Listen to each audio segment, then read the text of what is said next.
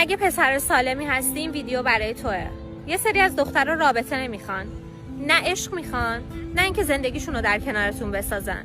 فقط دنبال یه نفر میگردن که خرج رفت آمدشون رو بده، تاکسی در بستشون بشه، کیف پول متحرکشون باشه و فقط نازشون رو بکشه. فقط باشه، چیزی نخواد. اگرم شما ازشون توقعی داشته باشید میشید آدم بده داستان. ولی خودشون همیشه طلبکارن. فقط وقتی بهت پیام میدن که باهات کار داشته باشن، فقط وقتی باهات مهربونن که چیزی ازت بخوان. اگه منفعتی براشون نداشته باشی کنارتون که نمیمونن، هیچ اسمتونم یادشون میره. بعدش که رابطه تموم شد میگن تو زیادی حساس بودی، تو خیلی ازم توقع داشتی و بهم گیر میدادی. نه عزیزم، اون فقط دنبال یک رابطه دو طرفه بود، نه یک معامله یک طرفه. حالم به هم میخوره از روابط امروزی که فقط پی منفعت خودتونید.